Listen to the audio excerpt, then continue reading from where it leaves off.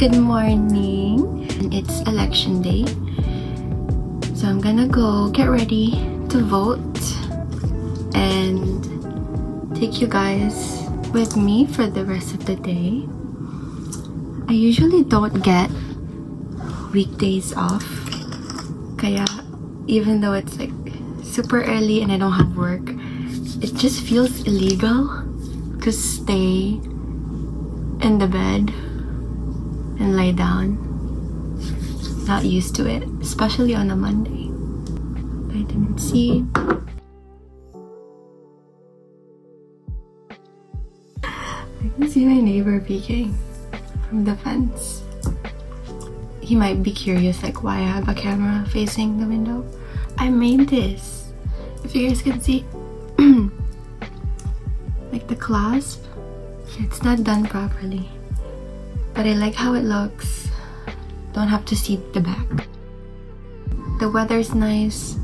I just don't want to be stuck inside the house. I want to be out enjoying the sun. Let's see how far this goes without the mirror. I'm just gonna use you guys as my mirror.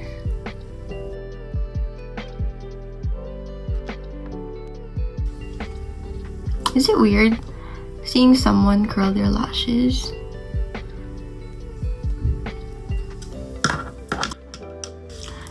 I feel like it would be weird.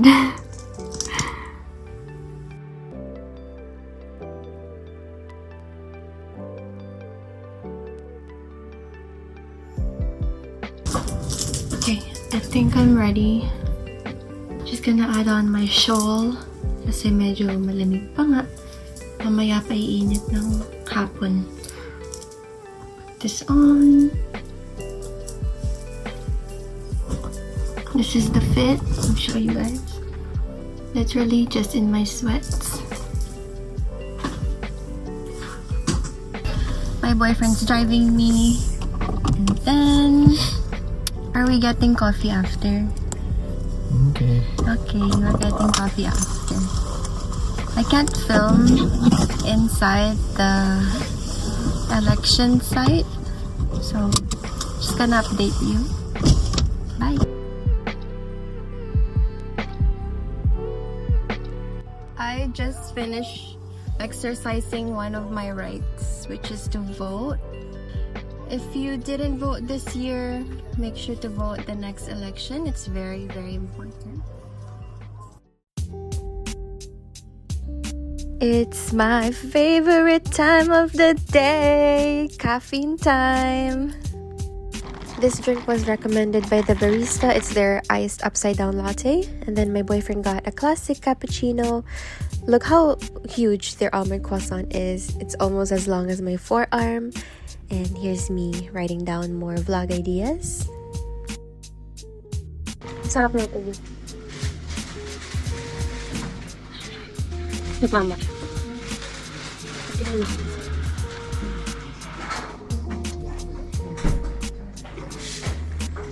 Sarap na. Nakaiba.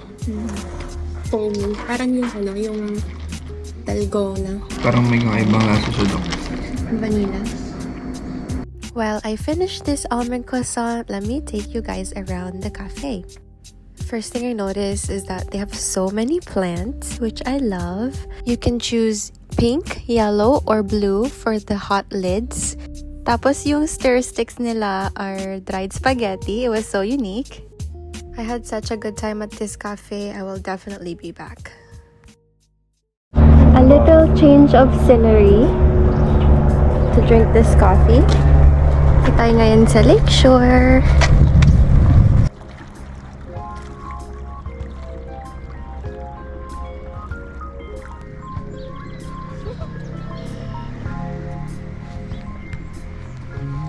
Ganda no? Fork ba yan dyan?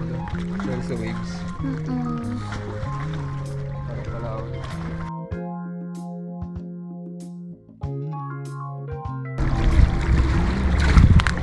At dyan na nga, nahulog.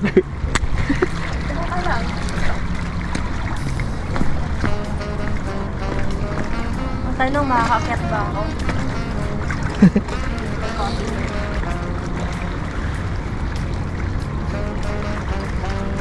adventurist.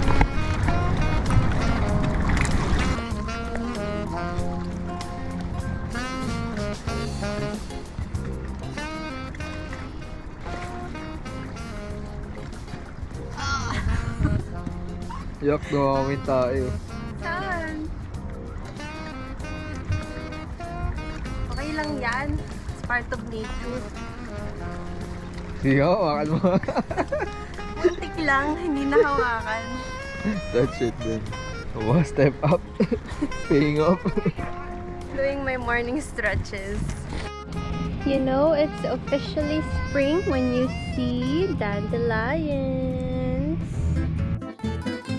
On the way kami ngayon sa park to check out if the cherry blossoms have bloomed.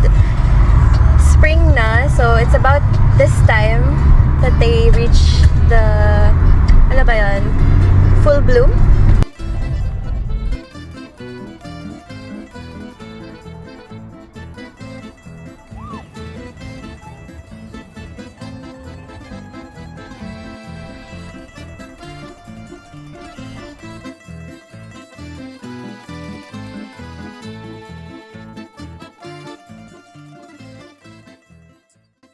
Yung isa, nagbo-bloom na, nag-start na mag-bloom yung mga buds. But the rest of the trees haven't. Tara, lakad tayo. Today is April 28th and I think the following days or next week, mag-full bloom na tong mga to. So, make sure to add Kariya Park sa inyong list for cherry blossom viewings. And hindi pa siya nag-bloom. Yung mga buds naka-close pa.